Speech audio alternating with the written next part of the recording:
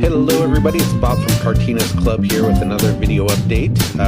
Today's video we're going to be taking a look at the 2018 scenery projects that have been completed around the club.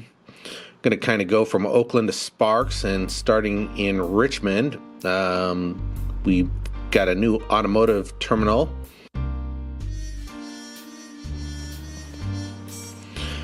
With this scenery project, it included adding a new track in the transloading terminal and the intermodal terminal, and some scenery along the wall, as well as some lighting effects. And at this time the scenery is still being completed, but it's mostly there. The next project we're going to be looking at is the just a scenery only project, not connected to the rails, and that is a UPS facility.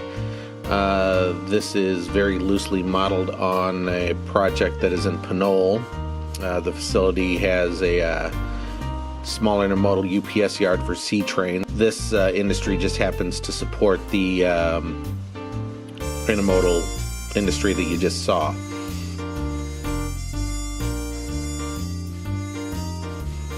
Moving over to Port Costa, we now have more details in. This is just about complete.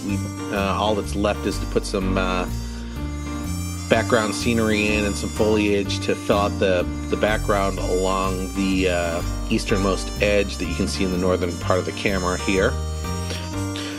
Looking closer at the area behind the roundhouse are a bunch of temporary structures. Depending on what date you look at, these structures varied from what you see there to other buildings that were came and went over the years. I modeled the incinerator, which is old. I modeled the fenced area is a fuel tank, underground fuel tank, and I modeled that, and that's more modern. And the box cars are somewhere around the 50s, but this is modeled to the late transition era. Steam was in its sunset, but the terminal facility was still functioning. Moving over to our bridge scenery, we have completed the water effects on the ground. I had painted the base a long time ago. You've seen that in the videos over the last years, but our scenery director put in the water and the waves, and really produced a fine product, and looks absolutely fantastic underneath one of the landmark structures in our layout. A little bit more about this building. It was built by Larry Staples, and in the background it was funded by Tony Adiago. Tony passed away this year. He was a great person, good man, and his contributions to the club will be missed. Moving over to Napa, which is on the same level as the main layout, underneath our Davis facility, we have the wine distribution warehouse. This model was built by as a background flat, and then we expanded it to include rail service inside the building and made it a full 3D structure.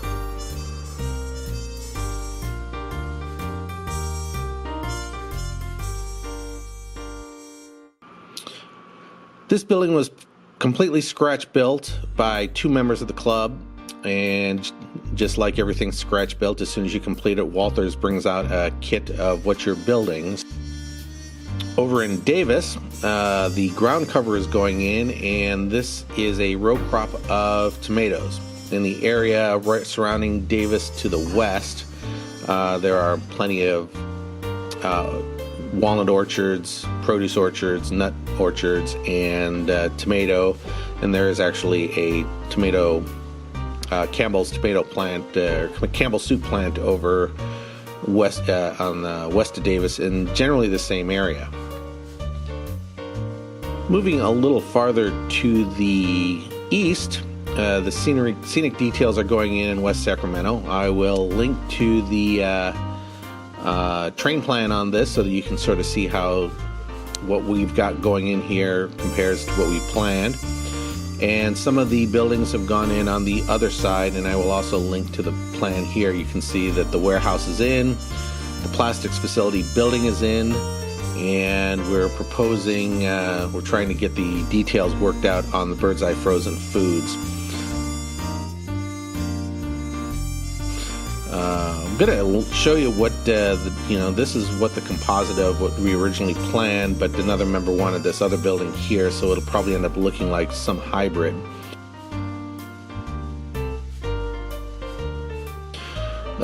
This Jeld warehouse was the original Napa wine distribution facility, but it was very large for the size, and I noticed that it fit right here. So after completing the other structure that I just walked you through, I put that in the Napa wine location, moved that building over here, and then completed the scenic details to match this structure that is in Rocklin, California, on the Gateway sub, headed up toward the Feather River.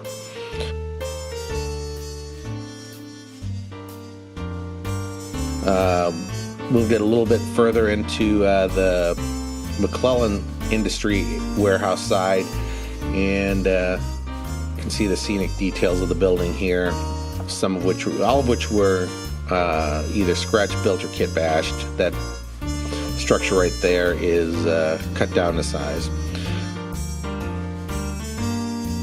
This right here is Rohm and Haas plastics. We use the Walters Firehouse kit to make this prototype, which is located on the East Coast, and the building's pretty close. So with the scenic details in, a scratch-built tower, high-rise structure on it, looks pretty good.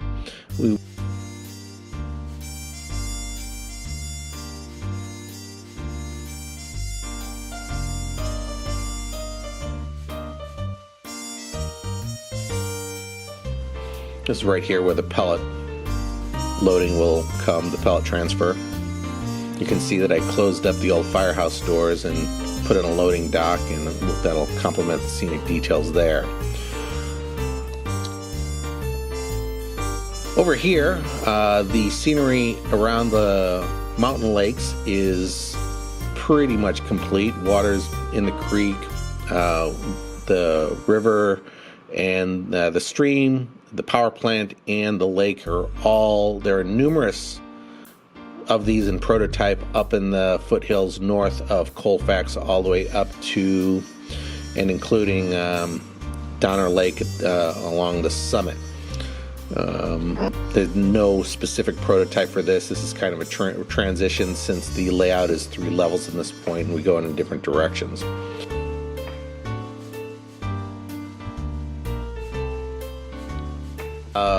The Sparks Yard office is a new addition to our layout. It was built purely from scratch.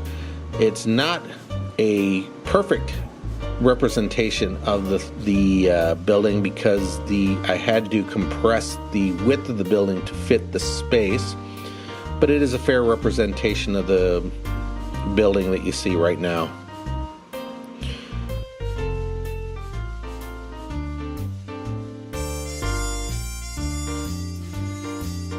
When it's complete, it'll be in the area between the mains over there once the project is approved.